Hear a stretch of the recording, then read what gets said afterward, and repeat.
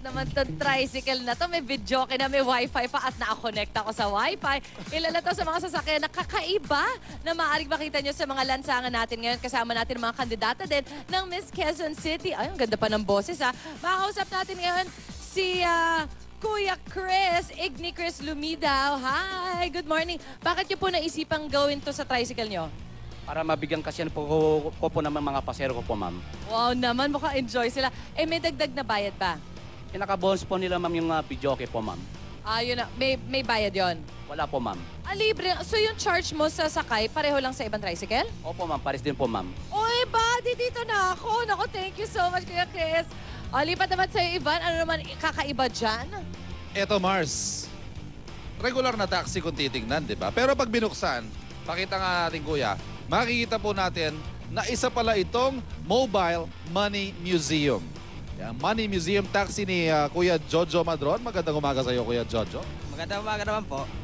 Bakit nyo ho naisipan na tatarin ng koleksyon ng mga pera mula to sa iba't ibang bansa, ano? Bakit nyo naisip itong konseptong ito? Ano po ito, bali, libangan ko sa mga souvenir ko sa mga pasahero ko, binibigay nila. Kaya, ayan po, sa tagal, yan na po naging ano nila, yung souvenir nila sa akin. So may ilang currency na mula sa ilang bansa itong taxi mo? Nasa ano na po ito, may 60 country na. Opo. Ayan, so kung habang nakasakay kayo, nata-traffic kayo, tingnan nyo yung mga nakadikit na pera no, mula sa iba't ibang bansa. Yan po ang kanilang currency mula sa iba't ibang bansa. 60 countries. Kuya, ang ganda na pasero mo. Oo nga po, sir. Kung naman, kung matraffic, okay na okay. Ayun, okay. Kuya Jojo. Basta driver, money collector. Alam mo yan, alam mo, sweet Mars, may isa pa lover. dyan.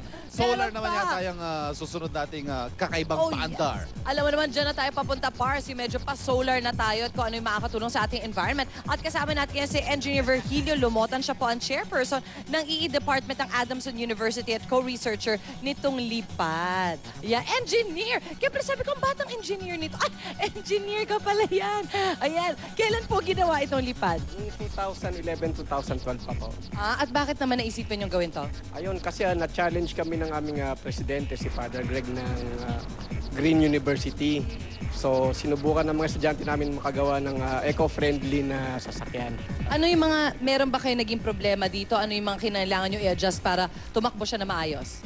Ay, matagal din po kasi simula sa zero yung knowledge ng bata.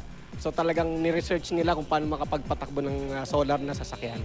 Ang gagaling naman ng mga bagets na yan. Engineer, maraming salamat po. At balita ko ito ang first as may second na, no? Naku, pa-improve na lang ng pa-improve yan sigurado. Thank you so much, Engineer. Thank you. At Mars, sa pagbabalik natin There's mamaya, more. ito naman, solar-powered, gawa sa kawayan. O tinatawag ding bangkarwayan. Ano ba ito? Mamaya pa malalaman natin. At syempre, bahagi ng kulturang Pilipino, ang ating pinagmamalaking sarao. Pero Yun, hindi no? na po siya yung dating jeep lang na alam natin, ano? Ba? Level up, Mars. Nakita mo sinabi naman. mo yan, Pars. At eto pa. Akala nyo double-decker sa Europe nyo lang makikita? Ayan, ang ating Pinoy na double-decker. Mamaya, sakyan po natin sa pagbabalik ng unang hirit. Yee!